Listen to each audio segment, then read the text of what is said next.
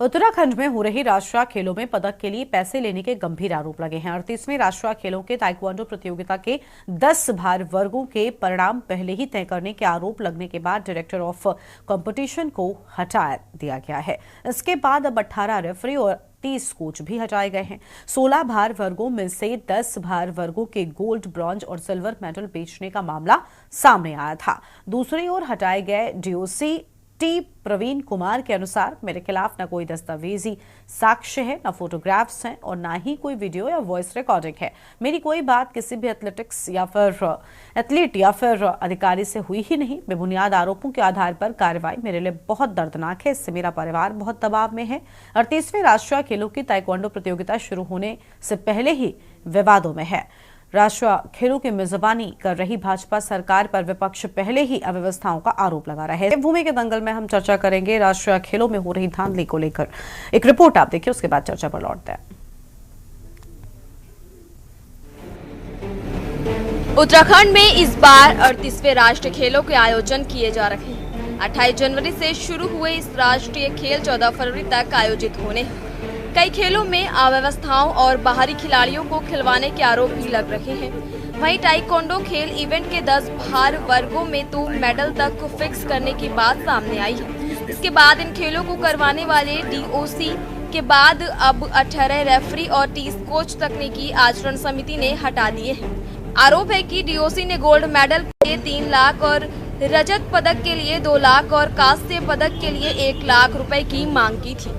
हालांकि हटाए गए डीओसी इन सभी आरोपों को पूरी तरह से नकार चुके हैं। वहीं नए डीओसी के अनुसार वे नियमों का पूरी तरह पालन कर रहे हैं। पारदर्शी तरीके से सभी इवेंट आयोजित किए जा रहे हैं। वहीं सूत्रों के अनुसार इस आरोप के बाद जांच में आईएएस और आईपीएस स्तर के अधिकारी शामिल हैं। उन्हें कुछ तो मिला होगा जिसके आधार पर डीओसी को हटाया गया, लेकिन पदकों की फिक्सिंग की बात गले नहीं उतरती।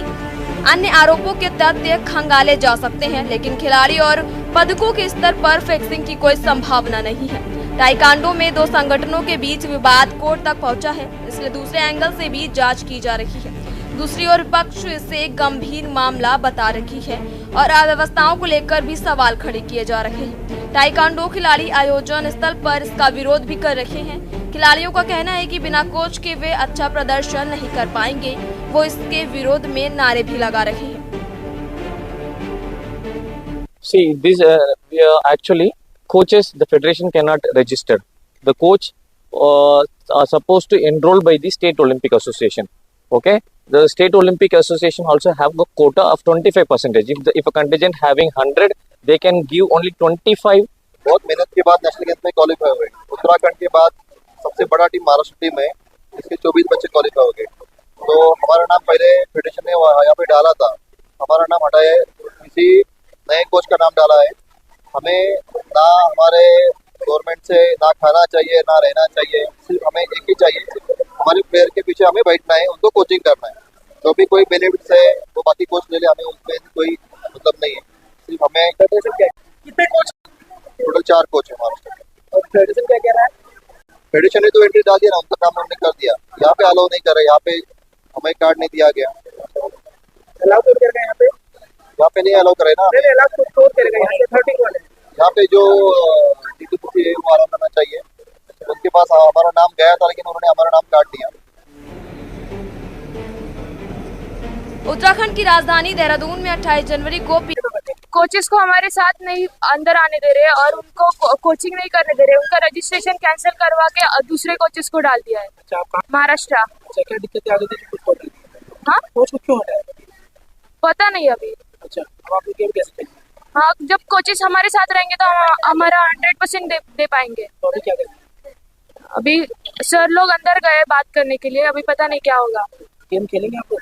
हाँ, खेलेंगे। अच्छा, क्या अगर हमारे कोचेस अगर किस तरह से दिक्कत हो रही है आप लोगों को? कोच हटाया? हमारे कोचेस नहीं है, अगर हमारे कोचेस अंदर आएंगे तो हम हमारा 100% दे पाएंगे। अच्छा, क्या कह रहे कोच क्यों नहीं? हमें नहीं पता। जो रजिस्टर्ड कोचेस थे उनको हटा के उन्होंने उनके कोचेस लाके रजिस्ट्रेशन करवाया। दूसरे कोच आ गए?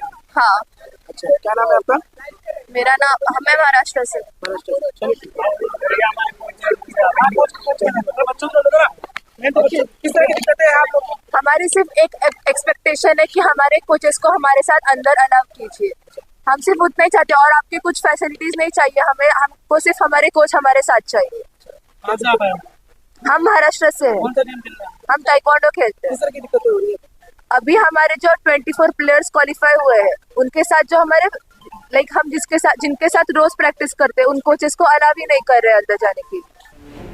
देवभूमि उत्तराखंड इस साथ में आयुष मिश्रा जी हैं, ज्वाइंट सेक्रेटरी टाइक्वांडो एसोसिएशन की ओर से। बहुत स्वागत सर आपका।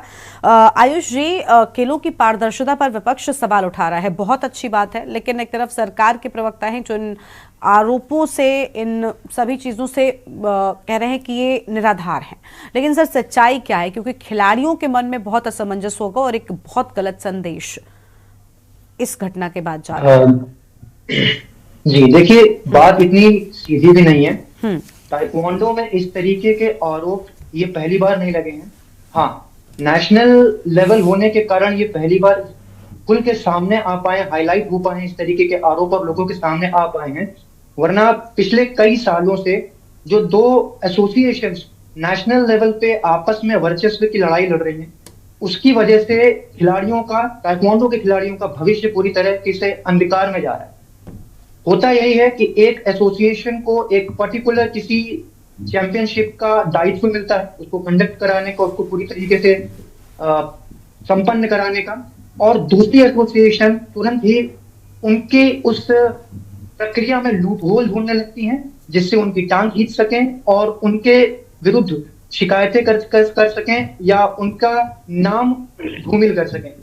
ये पूरी तरीके से उसी तरीके का एक एक्ट मेरी समझ में है, जहां पे जब एक एसोसिएशन को दायित्व मिला तो दूसरी एसोसिएशन ने अपने खिलाड़ियों के द्वारा या खुद अपने कोचेस के द्वारा कई सारी शिकायतें दर्ज कराई और आरोपों के वजह से उन्हें टेक्निकल डायरेक्टर को हटाना पड़ा और नए टेक्निकल डायरेक्टर जो कि दूसरे एसोसिएशन से बिलोंग करते हैं वहां पे रखे गए।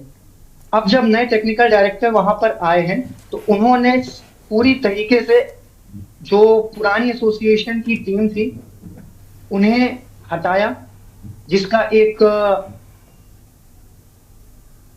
पैतरा ये भी था कि वहां जो कोचेस मौजूद हैं उन्हें हटाया जाए और नए कोचेस जो कि स्टेट की उस एसोसिएशन से बिलोंग करते हैं उनको मौका दिया जाए।